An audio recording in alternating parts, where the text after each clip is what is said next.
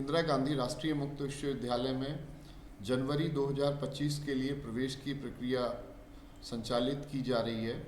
और जनवरी 2025 में प्रवेश के लिए किस प्रकार से आपको आवेदन करना होगा और किन किन पाठ्यक्रमों में आप आवेदन कर सकते हैं, तो इन सभी चीज़ों की जानकारी हेतु मैं प्रयास करता हूं आज के इस सत्र में हम लोग बात कर पाएँ, चर्चा कर पाएँ। इसके साथ साथ में जो भी अन्य आवश्यकताएं हैं, जैसे अभी अगर हम लोग प्रवेश की बात करते हैं तो ये प्रवेश कब तक आप ले सकते हैं, इसके लिए किन किन चीज़ों की आवश्यकता होगी, उन सभी चीज़ों को ध्यान में रखते हुए मैं प्रयास करूंगा कि आज के इस सत्र में हम लोग आप सभी को ये चीज़ें बता पाएँ।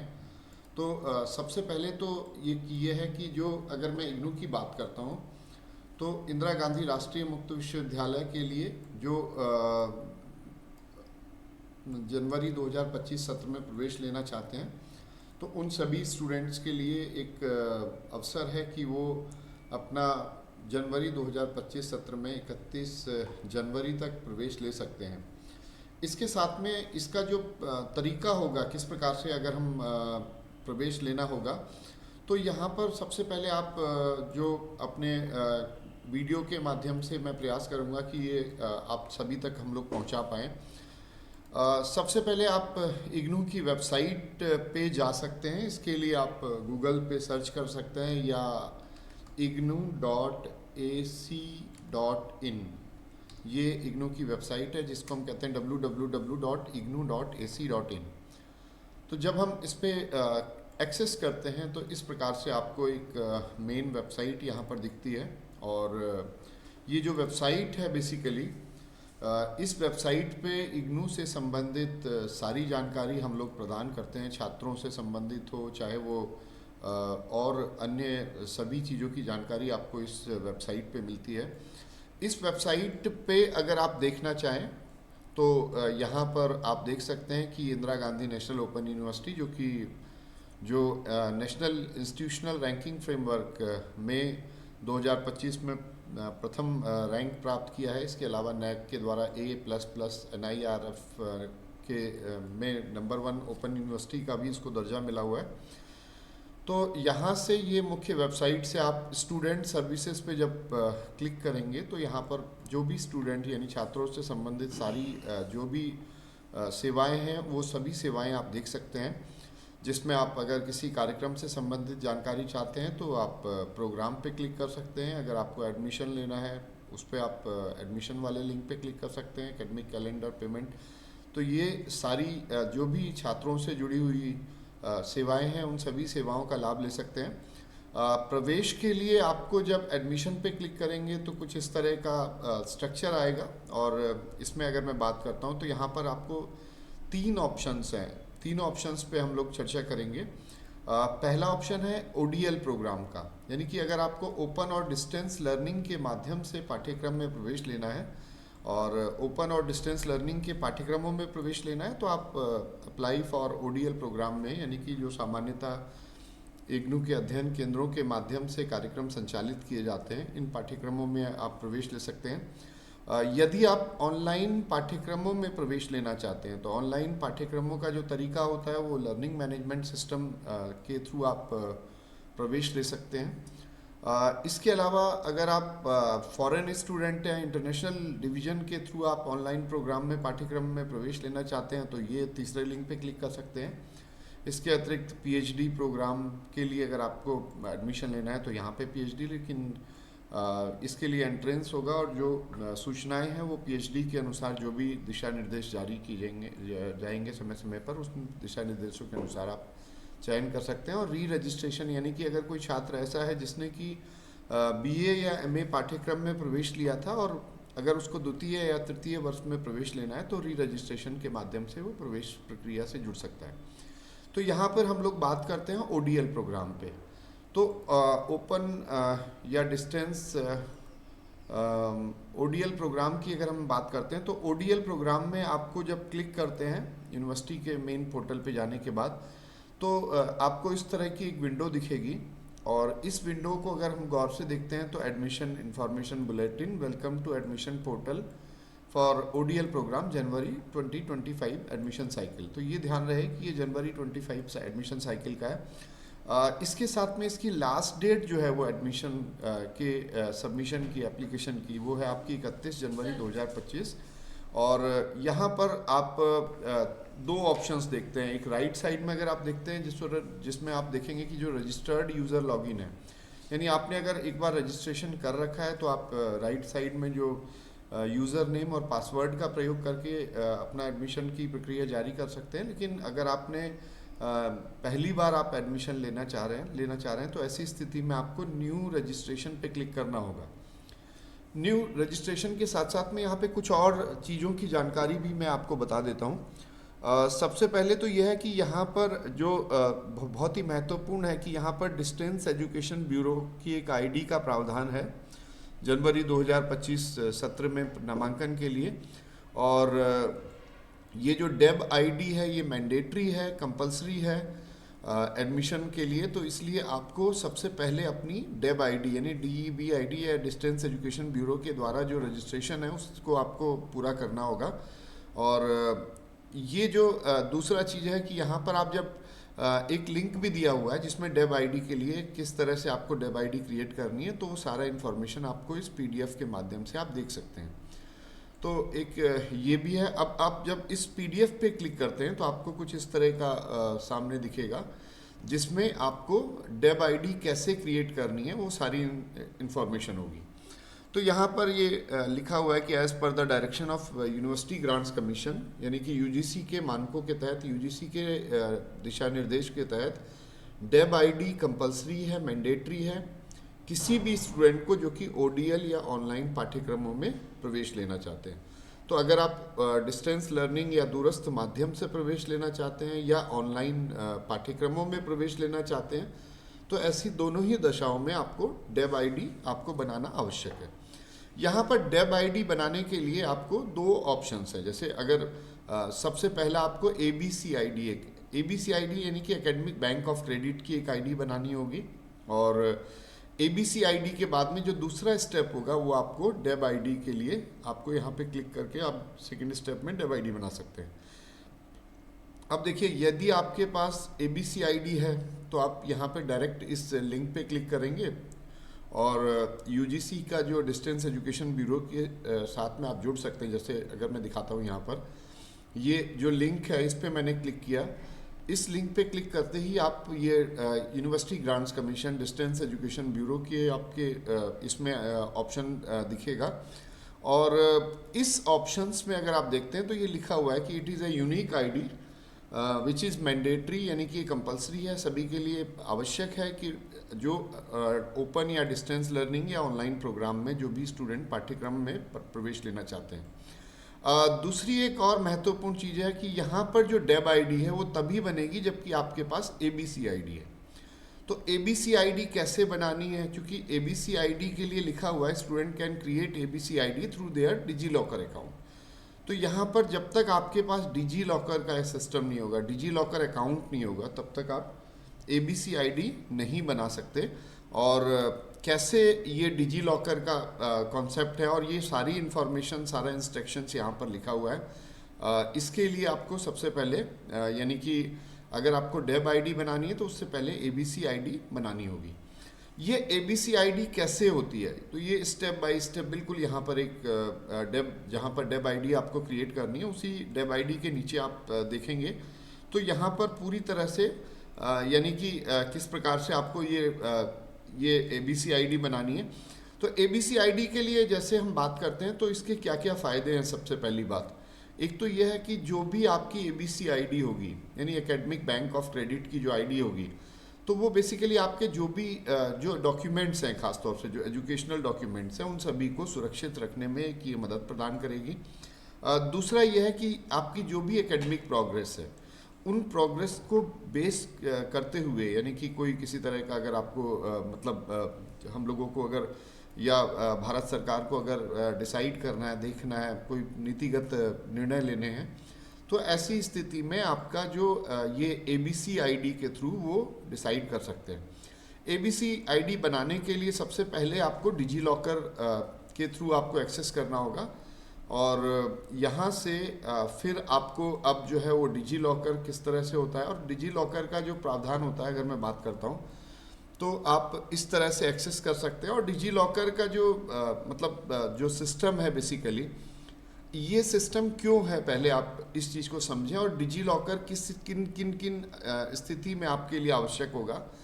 तो जब हम लोग डिजी लॉकर या डिजिटल लॉकर की बात करते हैं, ये भारत सरकार के द्वारा एक इस तरह का प्रावधान है, एक इस तरह का जो वॉलेट है, जैसे हम लोग अपने पर्स में अपने पैसे रखते हैं, और उसी तरह से सारे डॉक्यूमेंट्स जो भी है वो वेरीफाइड डॉक्यूमेंट्स जिनकी वैल्यू बिल्कुल ओरिजिनल डॉक्यूमेंट की तरह होगी, वो सारे डॉक्यूमेंट आपके डिजिटल लॉकर से, डिजी लॉकर से कनेक्ट होते हैं। यहाँ पे इसका प्रोसेस कैसे होता है, कैसे आपको डिजी लॉकर को ऑपरेट करना है, कैसे उसको क्रिएट करना है, तो ये चीज़ों को अगर हम देखना चाहें तो ये डिजी लॉकर जो मेन digillocker.gov.in यानी जो डिजिटल लॉकर की यहाँ पर जो इन्फॉर्मेशन है वो भी यहाँ पर उपलब्ध होगी। और इस इन्फॉर्मेशन में आप देखेंगे यहाँ पर किस प्रकार से आपको सबसे पहले तो अपने आप को रजिस्टर करना होगा। रजिस्ट्रेशन के बाद में आपको वेरीफाई करना होगा। वेरीफाई करने के बाद आपसे संबंधित जो जो डॉक्यूमेंट्स हैं वो सभी डॉक्यूमेंट्स आपको अपने डिजी लॉकर में एक्सेस कर सकते हैं, उनको फेच कर सकते हैं, उसको डाउनलोड कर सकते हैं। अब यहाँ पर ये एक ऑप्शंस एक सबसे जो महत्वपूर्ण होती है कि डिजी लॉकर में किस प्रकार से हम रजिस्टर करें।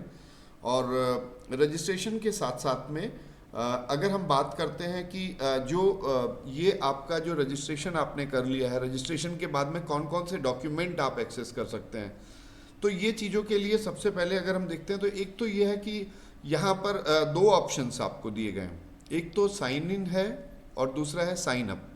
साइन इन यानी कि अगर आप ऑलरेडी पहले से ही आप डिजी लॉकर यूज़ कर रहे हैं तो आप साइन इन पे क्लिक करेंगे, और यहाँ पर साइन इन के बाद में आपको ये अपना मोबाइल नंबर अपना एंटर करना होगा, और मोबाइल नंबर के बाद में जो भी आपका रजिस्टर्ड मोबाइल नंबर है और उसको आप क्लिक करेंगे, और उसके बाद नेक्स्ट जैसे आपने जो नेक्स्ट क्लिक करेंगे तो उसके बाद फिर आपका जो पिन आपको एक क्रिएट करना होगा, वो पिन आपको यहाँ एक्सेस करना होगा, और पिन एक्सेस करने के बाद आप यहाँ पे साइन इन कर सकते हैं।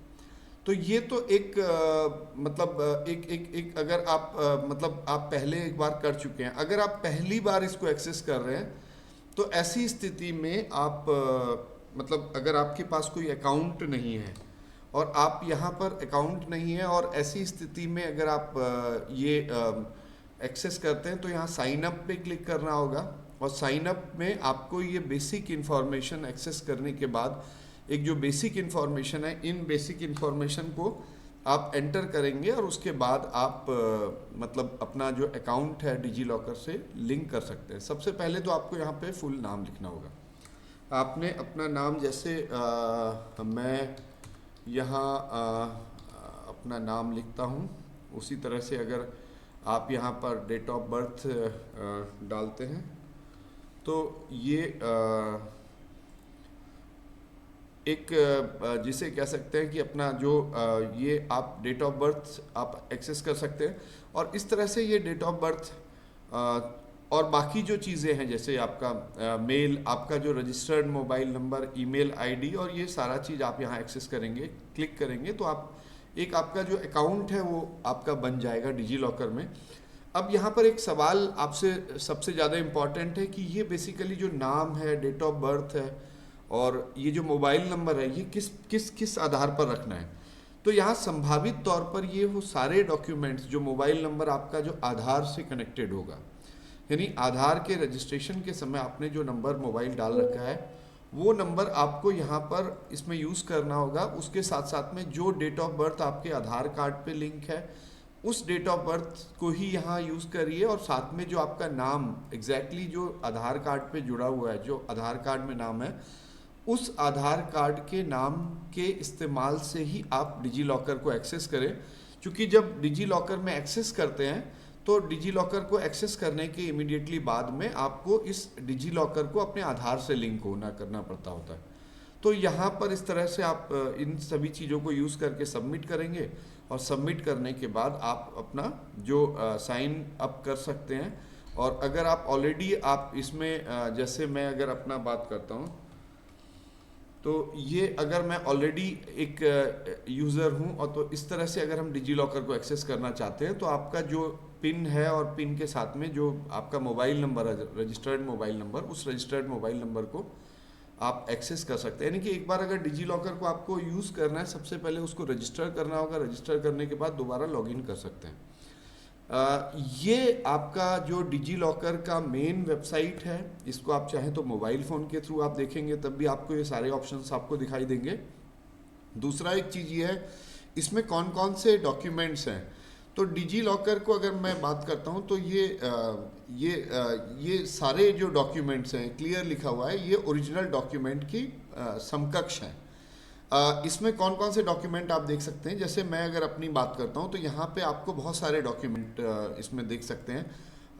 यहाँ पर जैसे मेरा आधार कार्ड अगर मुझे कहीं अगर इमीडिएटली दिखाना है तो मैं आधार कार्ड यहाँ निकाल सकता हूँ। ड्राइविंग लाइसेंस है, मेरा पैन कार्ड भी यहाँ पर है। जो भी मेरे नाम से यहाँ पे या इस नंबर से या मेरे आधार कार्ड से जो भी गाड़ियाँ जुड़ी हुई हैं, वो सारी गाड़ियों की डिटेल भी हम लोग यहाँ पर उनके डॉक्यूमेंट्स, उनके जो रजिस्ट्रेशन सर्टिफिकेट है वो भी निकाल सकते हैं। और भी बहुत सारे डॉक्यूमेंट्स जो होते हैं यहाँ से निकाल सकते हैं। निकालने के हिसाब से इसमें कौन कौन से डॉक्यूमेंट निकाल सकते हैं, ये सारे ऑप्शंस हैं। जैसे अगर मैं बात करता हूँ सेंट्रल गवर्नमेंट से, ये जो भी आपके एम्प्लॉय ईपीएफ का है या आपका जो और जो सर्विसेज हैं, तो इन सभी सर्विसेज से संबंधित सारे डॉक्यूमेंट्स आप अपने डिजी लॉकर से फेच कर सकते हैं, निकाल सकते हैं। निकालने का तरीका भी सामान्यतः वही होगा जो आपका APAR या ABC ID का आपको निकालने का होगा। मैं आपको दिखाता हूँ इस तरह से।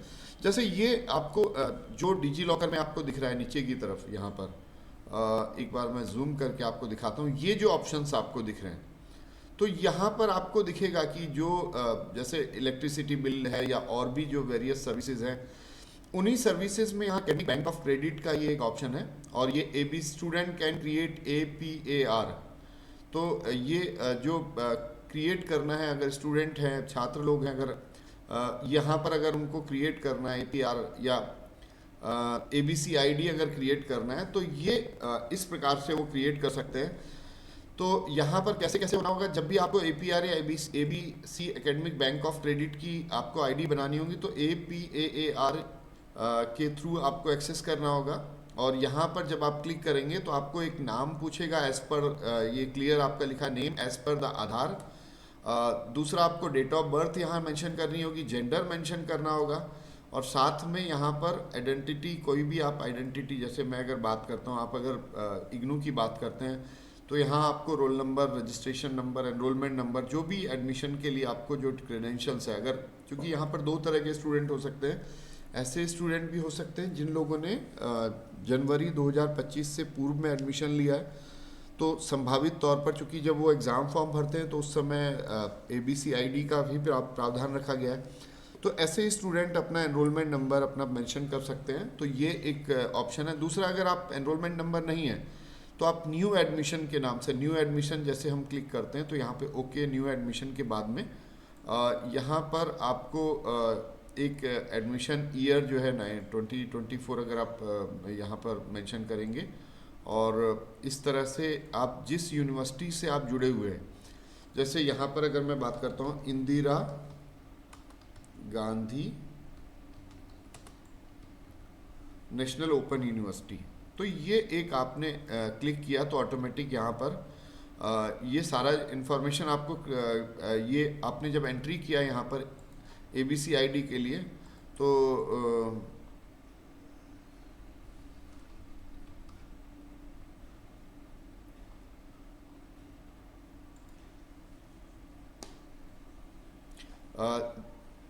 जब आप यहाँ पर आपने क्लिक किया तो उसके बाद में क्या हुआ कि ये आपका जो है लिख देगा यहाँ पर डॉक्यूमेंट फैच सक्सेसफुली। और यहाँ पर जो मेन हम लोगों का जो डिजी लॉकर है, इस डिजी लॉकर के मेन आपके जो सेक्शन है, इसमें जो डॉक्यूमेंट, इशू डॉक्यूमेंट है, जैसे ये अगर आपका होम है, ये होम में आपको ये सारे डॉक्यूमेंट्स दिख रहे हैं, तो इसमें आपका यहाँ पे APAAR ID या एकेडमिक बैंक ऑफ क्रेडिट करके कि ये आप यहाँ पे देख सकते हैं। और इस तरह से उसमें जो आपका एकेडमिक बैंक ऑफ क्रेडिट का एक छोटा सा एक कार्ड की तरह आपको ये automated permanent academic account registry APAAR यानी automated permanent academic account registry, जिसको ABC ID भी कहते हैं। तो ये आपका एक्सेस हो जाएगा। और ये हमारा ID जो ABC ID जो है, इसको अगर हम लोग क्लिक करते हैं, इसको डाउनलोड कर सकते हैं और इसमें आपका एक फोटोग्राफ्स, आपकी डेट ऑफ बर्थ और बाकी सारी चीज़ें इसमें मेंशन होंगी। तो ये आप APR ID आपने क्रिएट कर दी। APR ID के बाद में जो अगला आपको काम करना होगा, जैसे मैंने आपको अभी बताया कि APR ID के बाद में जो APR ID आपने कॉपी की है, उस APR ID को आपको ये डेब ID बनाने के लिए यूज़ करना होगा। और ये डेब ID पे जैसे ही APR ID क्रिएट करेंगे तो आपकी ये यूनिक डेब ID यहाँ पर आपको मिल जाएगी। और वो यूनिक ID डेब ID को आप यहाँ पर जो लिखा हुआ है कि आपको इग्नू के एडमिशन से पहले आपको डेब ID का इस्तेमाल चाहिए, यानी रजिस्ट्रेशन होना चाहिए, तो यहाँ से आप डेब ID क्रिएट कर सकते हैं। उसके बाद में यहाँ पे आप अपना जो एडमिशन है उसकी प्रक्रिया चालू करेंगे। तो यहाँ जैसे मैं अगर अपना करता हूँ राजीव RAJEEB.KU, तो ये अगर ओनली लोअर केस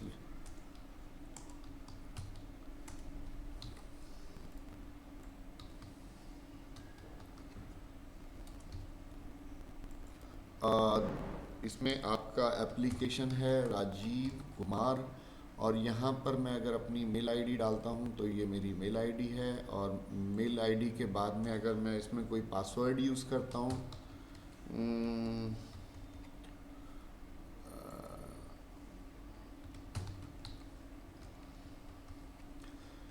तो ये आपको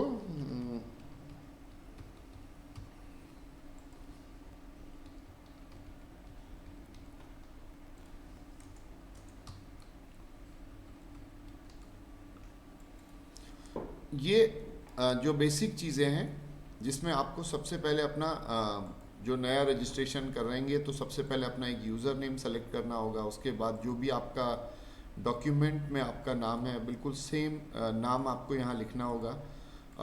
तीसरा जो है वो आपको रजिस्ट्रेशन के समय आपको अपना ईमेल एड्रेस आपको मेंशन करना होगा, और संभावित तौर पर वही ईमेल एड्रेस यूज़ करें जो कि आप अपने नियमित रूप से जिसको आप देखते हैं, जिसको आप अपने पास संभाल के रख सकते हैं। उसके बाद जो मेल आईडी के बाद में आपको एक पासवर्ड का चयन करना होगा जो कम से कम 6 लेटर्स का होगा, 6 कैरेक्टर का होगा। उसके बाद फिर से एक पासवर्ड डालना होगा और यहाँ पर आपको 10 डिजिट का मोबाइल नंबर डालेंगे। इन सभी चीज़ों के बाद में आपका रजिस्ट्रेशन का प्रोसेस जो है वो कंप्लीट हो जाएगा। अब यहाँ पर एक रजिस्ट्रेशन का प्रोसेस तो कंप्लीट हो गया।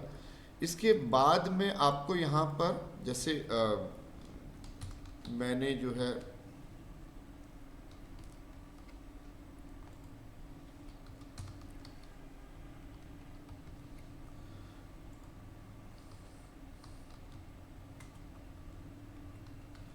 ये आपका जो यूज़र नेम आपने बनाया था और जो पासवर्ड है वो पासवर्ड और यूज़र नेम के माध्यम से आप इसमें फिर से आप एक्सेस करेंगे तो आपको ये इस तरह का एक स्क्रीन दिखेगी। और इस स्क्रीन से पहले यानी कि किस प्रकार से, अब चूंकि आप डेब आईडी बना चुके हैं, आपने पहले एबीसी आईडी बनाई, उसका डेब आईडी बनाई, वो डेब आईडी बनाने के बाद में जब हम लोग इग्नू के एडमिशन प्रोसेस की ओर जाते हैं तो सबसे पहले तो ये जो इंस्ट्रक्शंस है, इन सभी इंस्ट्रक्शंस को आप लोग ध्यान से पढ़ें। इसमें क्लियर लिखा हुआ है कि यदि आप पहली बार अगर आप प्रवेश हेतु जा रहे हैं तो प्रवेश की प्रक्रिया से पहले आपको ये चीज़ पूरी तरह से समझ लें कि भाई आपका जो कार्यक्रम है उसमें कौन कौन से कोर्सेज हैं, उसकी अधिकतम अवधि कौन सी है, उसमें किस प्रकार से और चीज़ों की आवश्यकता होगी, उसकी कितनी फ़ीस है, कितना ड्यूरेशन है। ये सारी चीज़ों के लिए आप कॉमन प्रॉस्पेक्टस उनको देख सकते हैं। तो वो कॉमन प्रॉस्पेक्टस पे ज़रूर पहले आप देखें। उसके बाद जब भी आप प्रवेश के लिए अगली प्रक्रिया संचालित करें तो सबसे पहले तो एक आपके पास एक स्कैन फोटोग्राफ होना चाहिए जो कि 10 किलो KB यानी किलोबाइट से कम होना चाहिए। इसके साथ में आपको एक 100 KB से कम का एक स्कैन फोटोग्राफ होना चाहिए, एक स्कैन सिग्नेचर होने चाहिए। इसके अलावा जो भी आपके एजुकेशनल क्वालिफिकेशन है, सपोज आप ग्रेजुएशन में प्रवेश लेना चाहते हैं तो आपको मैट्रिक प्लस इंटरमीडिएट दोनों के डॉक्यूमेंट्स आपके पास होने चाहिए। अगर आप PG के लिए प्रवेश लेना चाहते हैं तो आपको UG यानी ग्रेजुएशन और उसके साथ साथ में मैट्रिक और +2 के आपके डॉक्यूमेंट्स आपके पास होने चाहिए। तो ये सारे डॉक्यूमेंट्स जिसकी जो साइज़ है 20 KB से लेस होना चाहिए। तो ये सारे डॉक्यूमेंट्स आप पहले स्कैन करके रख लें ताकि आपको प्रॉब्लम नहीं आएगी। तीसरी चीज़ है कि अगर आप किसी कैटेगरी से संबंधित है, SC ST OBC कैटेगरी से हैं, तो वो कैटेगरी का सर्टिफिकेट भी आप अपने पास रख लीजिए। तीसरी ये आपको जो बेसिक इन्फॉर्मेशन के साथ साथ में ये सारे डॉक्यूमेंट्स अपने रेडी रखिएगा। उसके बाद में आप क्रेडिट कार्ड, डेबिट कार्ड या जो भी नेट बैंकिंग से आप अपना मतलब पेमेंट करना चाहते हैं फीस का, वो आप पहले से तैयार रख लीजिए। और इस तरह से ये सारी चीज़ समझने के बाद जब इस पर क्लिक करेंगे तो आपको ये मेन जो एडमिशन का जो पेज है इग्नू में, वो आपको यहाँ पर दिखेगा। इसमें अगर मैं बात करता हूँ तो जैसे हमने कहा कि ये आपको जो पहले यानी कि टोटल ये जो है 9 स्टेज में आपका एडमिशन कंप्लीट होगा। और 9 स्टेज में सबसे पहला आपको पर्सनल डिटेल्स आपको है। सेकेंड स्टेज में अगर मैं जाता हूँ तो यहाँ पर डेब आईडी से संबंधित सूचनाएं मांगेगा। तीसरे स्टेज में आपको प्रोग्राम, कौन कौन से प्रोग्राम्स हैं वो प्रोग्राम के बारे में आपको यहाँ पे एंट्री करना होगा। चौथे स्टेज में क्वालिफिकेशन का मेंशन करना होगा। फिफ्थ स्टेज में आपको जो आपके पास जो कोर्स आपको सेलेक्ट करने हैं, जैसे बीए में अगर हम बात करते हैं तो बीए में कौन से कोर्स लेने हैं तो वो कोर्स आपको यहाँ लिखने होंगे। सिक्स्थ स्टेज में आपको अपना करस्पॉन्डेंस डिटेल आपको मेंशन करनी होगी, वो सारी फिलअप करनी होगी। सेवेंथ स्टेज में आपके जो डॉक्यूमेंट्स हैं, जो आपके फोटोग्राफ, सिग्नेचर, ये सारे डॉक्यूमेंट्स आपको अपलोड करने होंगे। इसके बाद जो 8th स्टेज होगी उसमें आप अपना ये सारा फॉर्म देख सकते हैं। और 9th स्टेज में आपको अपनी फ़ी पे करेंगे। तो यहाँ पर जो फर्स्ट स्टेज में मैं प्रयास करता हूँ एक बार इस पूरे सिस्टम को भी हम लोग समझ पाएँ। यहाँ पे आपको अपना मदर का नाम लिखना होगा। इनके साथ में जो आपके गार्जियन हैं, जैसे फादर हैं, तो उनका आपको ये अपना कुछ दे सकते हैं। दूसरा अगर मैं बात करता हूँ तो यहाँ पे आपको अपनी डेट ऑफ बर्थ लिखनी होगी, लेकिन ये ध्यान रहे कि ये डेट ऑफ बर्थ वही होनी चाहिए जो आधार में और डेब आईडी में आपने मेंशन की है। इसके बाद आपकी कौन सी कैटेगरी है, जनरल है, SC ST OBC है, यहाँ पर आप मेल है, फीमेल हैं, तो वो आपका होना चाहिए। इसके साथ में ये अर्बन रूरल जो भी है वो आपको यहाँ पर डिटेल भरनी होगी। इसमें मैरिटल स्टेटस यानी शादीशुदा है या मैरिड है या सिंगल है, तो वो आपने यहाँ पर, अगर आप कश्मीरी माइग्रेंट है, एक सर्विसमैन है, तो सोशल स्टेटस में वो लिखना होगा। और इस तरह से ये सारा मेल आईडी और ये चीज़ करने के लिखने के बाद एम्प्लॉयड देन स्कॉलरशिप, तो ये सारी चीज़ें जब आप क्लियर कर देंगे तो आपको ये एक कंफर्मेशन विंडो मिलेगी। और इस कंफर्मेशन विंडो से आप क्रॉस एग्जामिन कर सकते हैं। और अगर आपको लगता है कि सारी चीज़ें सही हैं तो आप नेक्स्ट स्टेज की तरफ मूव कर सकते हैं। अब यहाँ पर जब नेक्स्ट स्टेज पर हम जाते हैं तो यहाँ पर जो डेब आईडी हमने क्रिएट की थी, ये डेब आईडी की आवश्यकता अब आपको यहाँ पर पड़ेगी, जिसमें distance education bureau unique ID. तो यहाँ पर मैंने अपनी डेब आईडी डाली और जो डेट ऑफ बर्थ है, जो डेब रिकॉर्ड के हिसाब से हमने यहाँ पर मेंशन किया था, तो ये आपका जैसे ही इसको क्लिक करेंगे तो आपकी वहाँ जो मुख्य यानी कि ये जो इग्नू की वेबसाइट पे जो भी इंफॉर्मेशन, जो एडमिशन की प्रक्रिया है, ये डेब आईडी यानी कि डिस्टेंस एजुकेशन ब्यूरो के माध्यम से जो डेटा है उससे हम लोग लिंक कर पाएंगे। और ये यहाँ पर एक ऑप्शन दिया गया है कि जो डेब का डिटेल है वो ये आपको सेकेंड कॉलम में है, और एप्लीकेशन फॉर्म में आपने जो डिटेल दी है वो थर्ड कॉलम में है।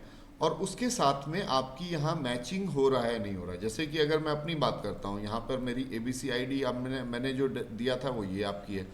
हम लोगों ने जो नाम लिखा है वो राजीव कुमार है, यहाँ भी राजीव कुमार है, ये ओके है, यानी कि it is matching permanently. Then date of birth I have mention 2 July 1976 in DEB. Application में भी आपकी ये मेरी सेम है और इसके कारण ये स्टेटस ओके हो गया है। जेंडर में आपका मेल है, यहाँ मेल है और ये ओके है। यानी कि ये तीनों चीज़ें जब मैच होंगी तभी आपका यहाँ ओके होगा। Otherwise if there will be some differences, कोई मिसमैच होगा तो इन दैट केस यहाँ पर ओके के बदले मिसमैच दिखाएगा। इसके बाद जो अगले स्टेज में आप जाएंगे, यहाँ पे कोई भी आप प्रोग्राम सेलेक्ट कर सकते हैं। जैसे मास्टर्स डिग्री ODL में, मास्टर्स डिग्री में ये सारे ऑप्शंस हैं, अडल्ट एजुकेशन, एंथ्रोपोलॉजी, अरब डिस्टेंस एजुकेशन डेवलपमेंट, ये सारे मास्टर्स डिग्री प्रोग्राम ऑफर है। इसके अलावा अगर बैचलर डिग्री की मैं बात करता हूँ तो बैचलर डिग्री में अगर हम लोग बात करते हैं कौन कौन से प्रोग्राम हैं, BA applied Hindi, applied Sanskrit, applied Urdu, BA economics से आप कर सकते हैं, BA English, BA economics education English, then facility and service management, Hindi, history. तो ये सारे ऑनर्स पाठ्यक्रम हैं जिसमें 4 ईयर वाले भी हैं, मल्टी डिसिप्लिनरी भी है। इसके साथ में अगर आप सर्टिफिकेट पाठ्यक्रमों में प्रवेश लेना चाहते हैं तो सर्टिफिकेट प्रोग्राम की भी एक बहुत लंबी लिस्ट है जिसमें आपके सर्टिफिकेट इन गाइडेंस, सेरिकल्चर, ये सारे पाठ्यक्रम का आप चयन कर सकते हैं। और मेरी एक सलाह होगी कि आपको इन पाठ्यक्रमों से चयन से पहले अपना प्रॉस्पेक्टस अवश्य देख लें। और प्रॉस्पेक्टस में अगर आपको जो भी प्रोग्राम समझ में आते हैं, उनकी ड्यूरेशन क्या है, उसमें कौन कौन से प्रोग्राम हैं, उन सभी पाठ्यक्रम को आप मतलब यहाँ पहले से देख लें।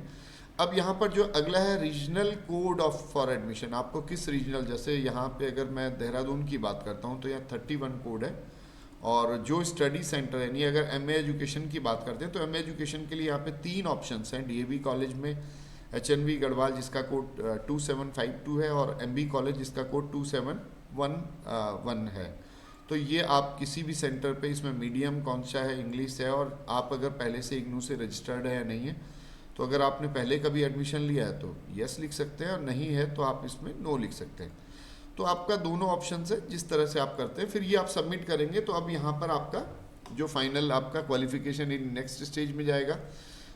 इसमें आपको कौन सी क्वालिफिकेशंस है, यहाँ ग्रेजुएशन और इक्विवेलेंट, चूँकि पीजी कोर्स है, इसमें आपने किस किस में ग्रेजुएशन किया है, year of passing, division, percentage, तो ये आपको मेंशन करनी होगी। इसमें कौन कौन से अगर ऑप्शनल कोर्सेज हैं तो कोर्स की कैटेगरी में आप 5 में जाएंगे। देन करस्पॉन्डेंस डिटेल, अब फोटोग्राफ्स जो ऑलरेडी मैं बता चुका हूँ। तो ये एक पूरी प्रक्रिया होगी जिसके माध्यम से आपको गुजरना होगा, और ये सारी प्रक्रिया को फॉलो करने के बाद आपको जो एडमिशन है वो एडमिशन आपका जो ये कहेंगे कि जो एडमिशन की जो प्रक्रिया है वो आपकी कंप्लीट होगी, और आपका ऑनलाइन पेमेंट होगा, और पेमेंट के बाद में आप इग्नू में प्रवेश ले सकते हैं। तो बेसिकली घबराने की बात नहीं है, बस इतना है कि प्रवेश आपको किस प्रकार से लेना है। इग्नू की मुख्य वेबसाइट पे जाके अपना प्रवेश की प्रक्रिया प्रारंभ करेंगे, लेकिन मुख्य वेबसाइट पे जाने के साथ में आपको ये चीज़ का ध्यान रखें कि पहले डेब आईडी क्रिएट करनी है। डेब आईडी से पहले आपको डिजी लॉकर में अपना एबीसी आईडी बनानी है, और एबीसी आईडी को बनाने के बाद आप डेब आईडी क्रिएट करके एडमिशन आप इग्नू में कंप्लीट कर सकते हैं। तो ये कुछ महत्वपूर्ण सूचनाएं हैं, और मैं उम्मीद करता हूं कि ये सूचनाएं आपके लिए बहुत लाभकारी होंगी। अगर आप किसी भी पाठ्यक्रम में प्रवेश कर रहे हैं, चाहे ऑनलाइन माध्यम से प्रवेश करना चाह रहे हैं या फिर केवल इग्नू ही नहीं बल्कि किसी भी डिस्टेंस एजुकेशन यूनिवर्सिटी में प्रवेश करना चाहते हैं, तो आपको डेब आईडी बनानी ही बनानी है। तो मेरे ख्याल से इसको आप संभाल के बनाएं। अगर आपको किसी प्रकार की कोई प्रॉब्लम है तो उससे वहाँ पर जो उनके जो कॉन्टैक्ट डिटेल्स हैं उससे आप संपर्क करें, और संभावित तौर पर ये एक अवश्य मैं कहूँगा कि ये चूँकि जो पूरा सिस्टम है वो एक रूपता यानी कि यूनिफॉर्मिटी की तरफ है, यानी कि आपका जो आधार में नाम, डेट ऑफ बर्थ है, वही आपका एकेडमिक बैंक ऑफ क्रेडिट में एबीसी में आपका वही नाम और डेट ऑफ बर्थ होना चाहिए। वही डेटा जो है वो आपका ये जो डेट ऑफ बर्थ और आपका जो नाम है वो आपका APAR आईडी में भी होना चाहिए, डेब आईडी में होगा, और उसी के आधार पर आपका जो डॉक्यूमेंट है फर्दर आप मूव कर पाएंगे। तो यही सूचनाएं हैं, महत्वपूर्ण है सभी के लिए। मैं आप सबको बधाई देता हूं, और इग्नू परिवार की तरफ मतलब रुचि दिखाने के लिए और इग्नू में एडमिशन के लिए आप सभी को पहले ही वेलकम करता हूं। इन्हीं शब्दों के साथ में आज के इस वीडियो को मैं यहीं विराम देता हूं। धन्यवाद।